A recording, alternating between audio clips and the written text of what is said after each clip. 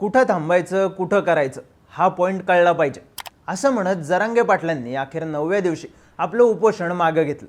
सरकारच्या वतीनं आंतरवली सराटी येथे पोहोचलेल्या शिष्टमंडळाला अखेर जरांगे पाटलांचं उपोषण मागे घेण्यात यश आलं। पण जरांगे पाटलांनी कोणत्या मागण्यांवर आपलं उपोषण मागे घेतलं, शिष्टमंडळासोबत नेमकी कोणती चर्चा झाली आणि यावेळी नेमकं काय काय घडलं पाहूयात या व्हिडिओतून। सुरुवात करूया सरकारमार्फत जरांगे पाटलांसोबत चर्चा करण्यासाठी कोण आलं होतं। मंत्री अतुल सावे, मंत्री धनंजय मुंडे, मंत्री संदीपान भुमरे आणि मंत्री उदय सामंत या 4 मंत्र्यांचा सरकारमार्फत पाठवण्यात आलेल्या शिष्टमंडळात समावेश होता। तर यावेळी व्यासपीठावर बच्चू कडू देखील उपस्थित होते। मात्र सरकारमार्फत पाठवण्यात आलेल्या शिष्टमंडळात त्यांचा समावेश नव्हता। भाजपकडून अतुल सावे तर शिंदेंकडून भुमरे आणि उदय सामंत असे मंत्री होते। तर अजित पवार गटाकडून धनंजय मुंडेंना पाठवण्यात आलं होतं। थोडक्यात हे शिष्टमंडळ आखताना सुरुवातीपासून जरांगे पाटलांसोबत संवाद साधणाऱ्या गिरीश महाजन अथवा अर्जुन खोतकरांना बाजूला ठेवण्यात आल्याचं दिसलं।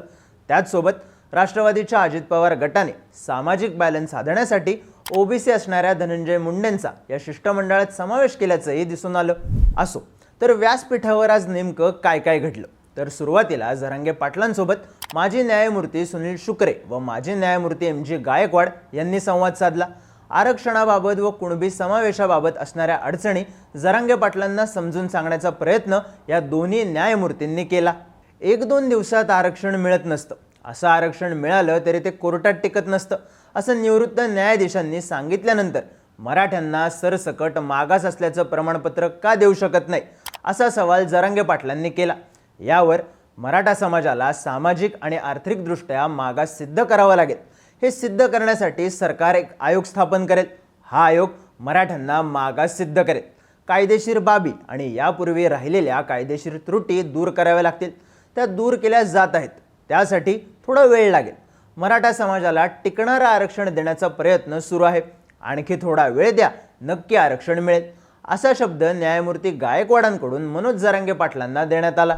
यावर सर्वेक्षणासाठी चालढकल करू नये, पुरावे असणाऱ्या मराठ्यांना ओबीसी प्रमाणपत्र देण्यासोबत सरसकट मराठ्यांना प्रमाणपत्र देण्यासाठी अधिकच्या संस्था लावून काम करा अशी विचारणा देखील जरांगे पाटलांकडून करण्यात आली। याचवेळी जरांगे पाटलांनी मुस्लिम समाजातील काही घटकांना दिलेल्या ओबीसी आरक्षणाचा लाभ दिल्याबद्दल प्रश्न विचारला। माळी समाजाचा व्यवसाय शेती, मुस्लिम समाजातील बागवान समाजाचा व्यवसाय शेती, जाती भिन्न भिन्न आहेत। मुस्लिम धर्मात जाती आहेत का? तरी तुम्ही मुस्लिम समाजातील बागवानसारख्या समाजांना ओबीसी आरक्षणाचा लाभ कसा दिला? पुरावे नसताना आपण तेली, माळी, लिंगायत या समाजाचा ओबीसी प्रवर्गात समावेश केला। मग पुरावे असून देखील मराठ्यांना सरसकट दाखले का देत नाहीत अशी विचारणा जरांगे पाटलांनी केली। यावर सुप्रीम कोर्टानं आता प्रोसिजर फॉलो करण्याचे आदेश दिले आहेत, त्या पद्धतीनेच आपल्याला काम करावं लागेल असं न्यायमूर्तींकडून सांगण्यात आलं।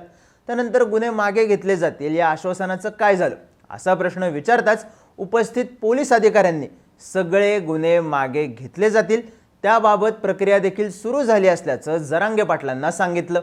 यानंतर लोकांसोबत संवाद साधताना जरांगे पाटील म्हणाले की न्यायमूर्ती गायकवाड साहेबांनी आरक्षण दिलं ते देखील स्वतः आले आहेत। मराठवाड्यात 13,000 नोंदी सापडल्या, पण त्या आम्ही नाकारल्या। पण आपली मागणी सरसकट आहे। समिती मराठवाड्यातच काम करत होती। महाराष्ट्रातील मराठा समाजाचं काय? या समितीनं राज्यभर काम करावं, सरसकट कुणबी प्रमाणपत्र दिलं जावं, हे सर्व महाराष्ट्रातील मराठा समाजाला मी सांगत आहे। संपूर्ण महाराष्ट्रात समितीने काम करावं अशी मागणी केली, त्याला त्यांनी ती मंजूर केली। जो वेळ दिला त्या वेळेच्या पुढे वेळ दिला जाणार नाही एवढं लक्षात घ्या असं सांगत उपोषण मागे घेत असल्याचं सूचक विधान केलं। यानंतर सरकारला निर्णय घेण्यासाठी किती वेळ द्यायचा याबाबत चर्चा झाली। सोबतच पुढची दिशा काय असणार याबाबत देखील जरांगे पाटलांनी व्यासपीठावरून सांगितलं। सुरुवातीला जरांगे पाटील 24 डिसेंबर या तारखेवर अडून होते, मात्र सरकारकडून 2 जानेवारीपर्यंतची वेळ मागून घेण्यात आली। उपोषण कुठे करायचं कुठे थांबायचं हा पॉइंट कळला पाहिजे असं विधान करून जरांगे पाटील 2 जानेवारी या तारखेवर समाधानी झाले। मात्र याच वेळी जालना जिल्ह्यातील गुन्हे 15 दिवसात मागे घेणार आणि राज्यातील सर्व आंदोलकांवरील गुन्हे 1 महिन्यात मागे घेणार असा शब्द जरांगे पाटलांनी घेतला। मात्र याच वेळी उपोषण मागे घेतोय, पण जोपर्यंत मराठा समाजाला आरक्षण मिळणार नाही तोपर्यंत घराचा उंबरा चढणार नाही असंही विधान जरांगे पाटलांनी केलं। त्याचसोबत राज्यभर जी साखळी उपोषणं चालू आहेत ती तशीच चालू राहतील. ही वेळ अंतिम आहे. यानंतर कुठलाही वाढीव कालावधी सरकारला मिळणार नाही, असंही वक्तव्य जरांगे पाटलांनी केलं. आरक्षण न दिल्यास मुंबईत धडकणार, 2 जानेवारीपर्यंत अंतिम निर्णय सरकारला घ्यावा लागणार आणि गुन्हे मागे घेतले जाणार, या आश्वासनांवर उपस्थित शिष्टमंडळातल्या नेत्यांच्या हस्ते ज्यूस पिऊन जरांगे पाटलांनी आपलं उपोषण मागे घेतलं.